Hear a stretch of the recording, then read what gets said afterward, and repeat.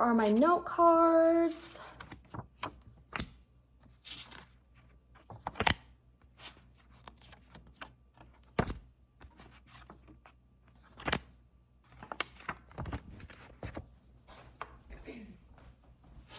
Hello, I'm Cameron Mahalski, and this is my refutation speech.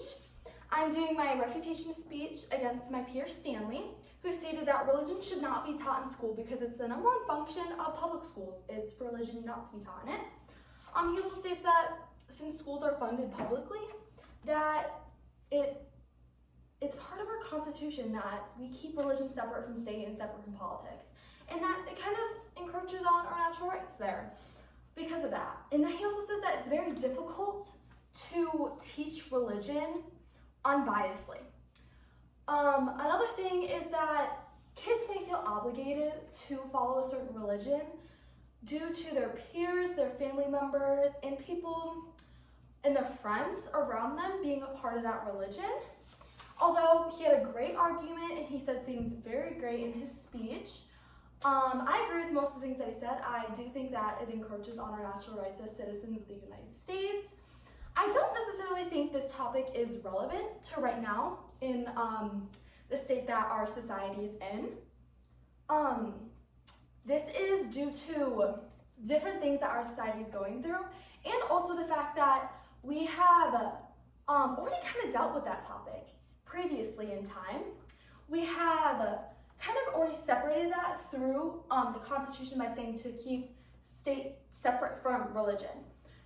Our government just recently had a shutdown, and with this shutdown, this is what we should be focusing on more than a small thing of religion being taught in school, because this shutdown affected our legislation process, and it also kind of, with people that have government funding things like Medicaid and food stamps, they almost got to the point where they couldn't get that because our government was shut down and could not come to a conclusion of deciding something. And I think that's so crazy that our political parties are so separate and so divided on their opinions that they can't come together, and it could have affected millions of people in our society and in our country today. Another thing that I think we need to focus on as a society is how much debt we are in. Currently, we are in a $38 trillion debt as of today. And this brings me to my visual aid that I have that shows a graph from August 2013 to August 2025 of how much our debt has gone up over that small amount of time.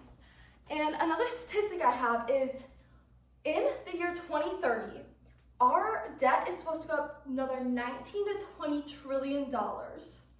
And this just shows how much money we are spending and how much this is going to come out of us as citizens, that this is going to reflect in our taxes soon because we're going to be running out of ways to try to end this debt. And it just is so insane to me how much money we can spend in such a small amount of time and how much that can come up. 19 to 20 trillion more dollars until 2034 is astronomical. That is crazy. And another thing I think we need to focus on more than religion is the age in our politics, the age in our government.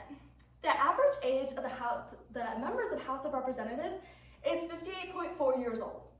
Our Senate is even higher at 64.3 years old.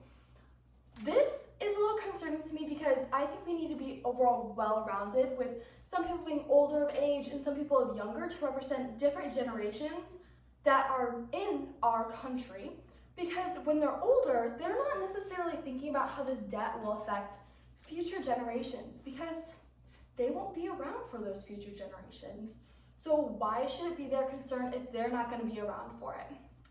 So that's why I think we need to focus on having a more well-rounded government, specifically with age, because when you're older, you don't understand necessarily new things upcoming, because that's not how you were raised and that's not how you understood and were taught things. So, and I think with different opinions, some old ways and some new ways coming together as one, it would be able to have a more well-rounded and a better government in total, and kind of reaching all needs of people, not just one specific part.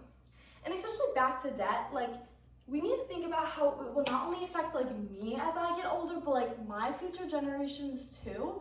Like how much taxes will my kids have to pay because of how much debt we are in as a country? Like I don't want to put that burden on my generations coming on older than me, and then our Senate and our House of Representatives won't take that into account because it's not going to affect them, and they don't think the same way as us, and they don't think that, oh, I need to think about the future generations to come.